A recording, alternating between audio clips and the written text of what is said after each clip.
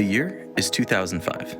You've got 20 bucks in your pocket, and you head down to the local military surplus store, excited to see what obscure item you didn't know you needed. As you walk in, the smell of cosmoline and BO assaults your nose, while simultaneously piquing your curiosity and inviting you deeper. Behind the counter is a Vietnam vet, mumbling to himself, 2 world wars, stopping power, shop placement matters more.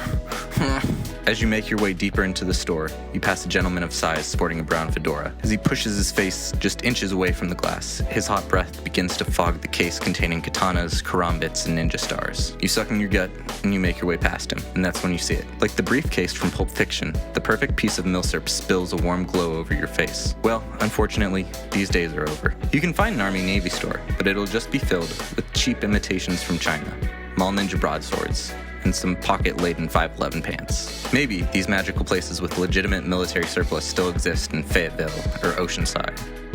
But for everyone else in the country, your best bet is to order online. But that still doesn't capture the sheer magic of finding obscure items you really didn't need, like a Hungarian gas mask or a Swiss axe, which is why I play Ivan's balls. If you watch the Austrian M65 video, you'll know that I'm a fan of Commando Store, and if you haven't, be sure to go watch that once you finish this video. One thing they like to do is periodically clear out space in their warehouse with Ivan's balls. For the uninitiated, the sale is a virtual gumball machine. You put your quarters in, spin the dial, and see what pops out. The process is pretty transparent and requires a little bit of math. Every item is listed with the price and the probability percentage. Nothing retails for less than the cost of entry, and oftentimes these sales will guarantee you more than the cost of a gumball. They even have a formula if you want to crunch some gimbals and see what the likelihood of getting a specific item is. Basically, it's 1 minus the difference in percentage to the power of the number of balls. So, if the item you want has a 20% chance and you buy 3 balls, you'll have a 49% chance of getting that item. Simple enough. If that doesn't sell you on the gumballs, then maybe their night vision gumball will. They've only done this twice, but for the cost of a $100 entry, you have the chance of winning 4-tube panoramic night vision or a $150 gift card. So either way, you're coming out ahead. Each entry is guaranteed at least a $150 gift card. The tickets are restricted to 1,000 and sell out within a few hours. If that's a little rich for your blood, they do have a dual tube setup with a $30 buy-in. They sell 2,000 gumballs, and you're guaranteed at least a $50 gift card if you don't win.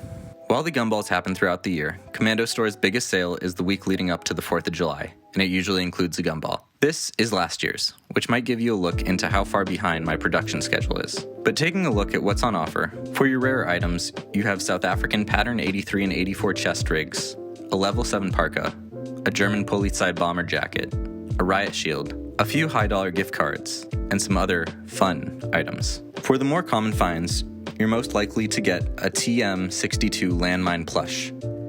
And if you don't know why inert is in quotes, you might want to do a quick Google search, or just call the Riverside Sheriff's Bomb Squad. The rest is kind of a smorgasbord of low-stock items in their warehouse, but I'll link to it in the description if you want to give it a look and see what all they had. I bought 3 gumballs, and this is what I ended up with. It's kind of a small package, so no plushies. It looks like we have 2 ACU 100-round SAW magazine pouches and a $15 gift card. So the pouches themselves are about $7.50 a piece. They're pretty basic. They have a Fastex buckle and Velcro closure, a grommet in the bottom for drainage, and Molly/pals on the back. It's not exactly what I would have hoped for, but that's the risk you run when you play Ivan's balls. Well, since UCP is probably the most god-awful camouflage pattern ever created, I figured why not try to make something more useful. In honor of the unique dyeing efforts the guys over at Commando Store have done, I thought I'd try my hand at it. While their page on British Desert Green Zone DPM can explain some of the more recent history of dyeing camo during the global war on terror, dyeing camouflage has a long history dating back to at least Operation Eagle Claw, the Delta Force mission to liberate Americans held hostage at the US Embassy in Tehran. Before the ill-fated operation, assaulters took their M65 jackets, dyed them black, and then covered the American flag in black tape. If you know of an earlier example of dyeing camouflage, please let me know. Before diving headfirst into this endeavor, I did a bit of research and found that those who just used green dye ended up with a really bright green in their UCP. I'm not much for colors, but I would almost call it a sour apple, which, at least for where I live, isn't exactly what I'm looking for. So I ran out to the store and picked up a bottle of peacock green Rit synthetic dye and a bottle of graphite to darken it. What I didn't realize was that Rit has an entire color formula to create the perfect hue that you're looking for on their website. For my ratio, I used 4 parts green to 1 part black. The goal was to darken the green, not make it a greenish black. The dyeing process itself is pretty simple. Just turn on the stove, bring a pot of water to a boil, and then add your dye. However, I would like to caveat I am no expert at dyeing stuff, so if you're looking for a step-by-step guide, I'd recommend just checking out the instructional video that Rit has put out there. Give everything a chance to mix properly, and then add whatever you want to the dye. Here's a pro tip though. I know you are in the kitchen, but do not use your actual cooking utensils unless you want them to change colors too. What I would suggest, as scary as it may be, is stepping outside, touching some grass, and grabbing a stick. Then you can at least toss it once you're done. After you've dyed it for the recommended amount of time, between 10 and 30 minutes, rinse it out in warm, then cold water. What I ended up doing was putting the whole pot in the sink and running it under cold water until it started coming out clear. Once I had it dried, I felt it came out a lot darker than I had hoped. While on camera, you can still see some of the pattern. In person, it all looked one color. If I were to do it again, I'd probably only keep it in for about 3 to 5 minutes. In an attempt to lighten the color, I soaked them in bleach. I'll speed it up so you can see. After 5 minutes in the bleach, this is what it looked like.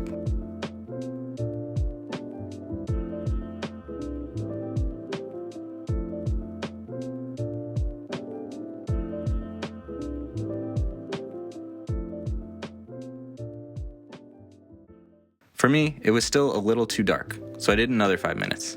Here you can see the results side by side. In my opinion, at least in person, the lighter one looks much better.